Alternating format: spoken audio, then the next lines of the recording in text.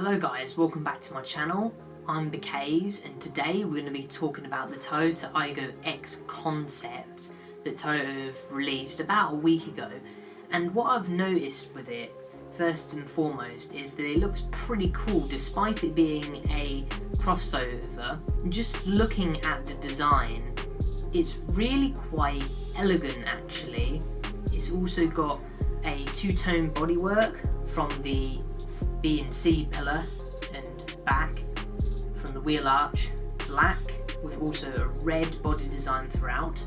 It's also got very striking headlights as well, kind of like what's modern in some cars. Automakers put rear taillight strips at the back. Toyota has used this to create this slash at the top and then curves in to a straight point and then curves back round. You can see that it's slightly raised, it's got 19-inch wheels and they look stunning in my opinion.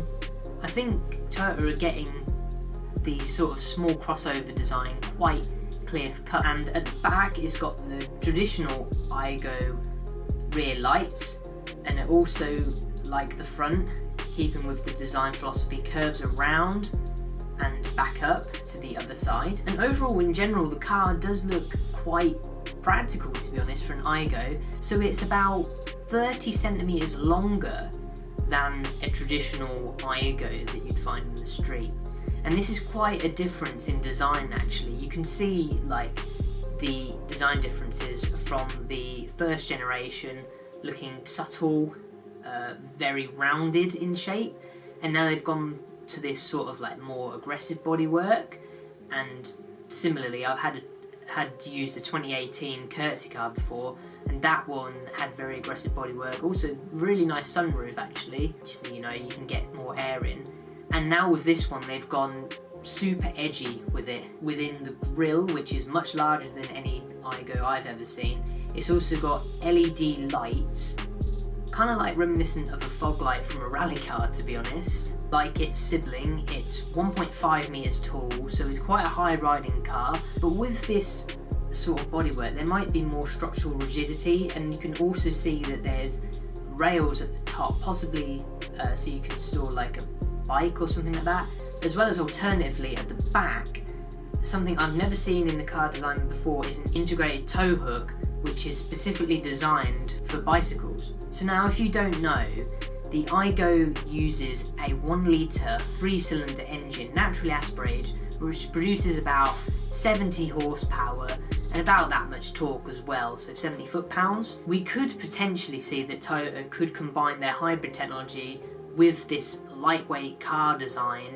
You know, it's basically like a super mini crossover, and possibly add even more range to the pre-existing car.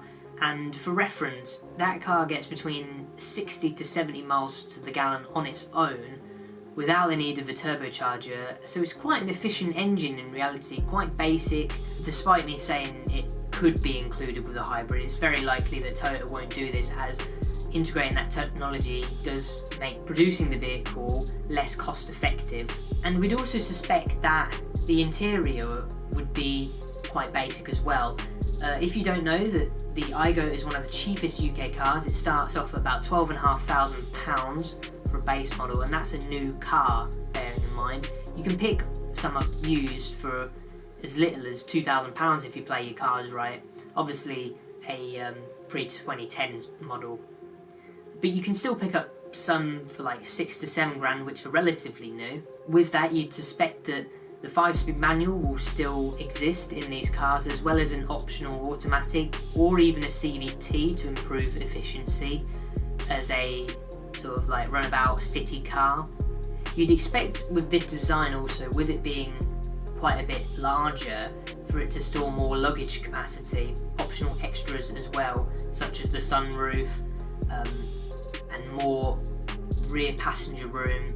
I have a feeling that that's what Toyota want with the Aygo, because I have a feeling that it is extremely small for just regular use. I mean, someone who's taller could not fit in the back. Notice that it's great at height, it also leads to better visibility all round. Where you're seated is a lot higher, so if you do want to go exploring with this vehicle, obviously like I said, it's got the pop-up bike holder, and also the cameras can be used as like action cameras. So you've basically got GoPros at the side in the wing mirrors of the vehicle flanking it to capture any moment you want. You could go to a nature reserve or somewhere like that, travel with a partner or your family or friends, and go have a good day out with it, and obviously it will be a reliable and economical car. This platform also has a higher hit point, which means it's easier to get in and out of the vehicle. They've also got the door handle integrated into the door, sort of making it flat and aerodynamic. I'm not sure if the Aygo could pull off the off-road look as a production model. However, with this concept, I think Toyo have hit the nail on the head with this one. It does look very rugged, and you would expect that if they did a model which was like a crossover, possibly with plastic paneling, I don't know if anyone would want to even consider taking their Super Mini hatch off-road, that there's an option to do that.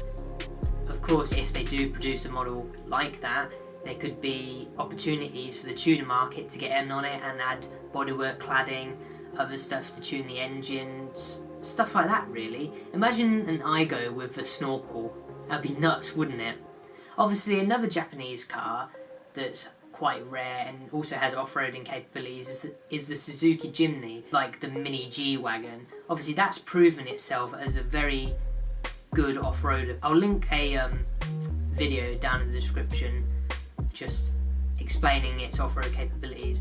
But could we see an Aygo that could compete with something like that? Who knows? Obviously, with the new generation of Toyota, specifications for the engine such as power output, compression, other stuff like that remain unknown.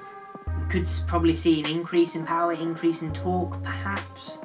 Depends on what Toyota want to go with this model. Obviously this is a Prologue concept, so everything's up in the air at the moment. These crossover cues make it look quite fun and quirky, but it also isn't too extreme that it's going to sway buyers away from it, if that makes sense. If you want something that with very good off-road capability, a person would buy something like a Land Rover.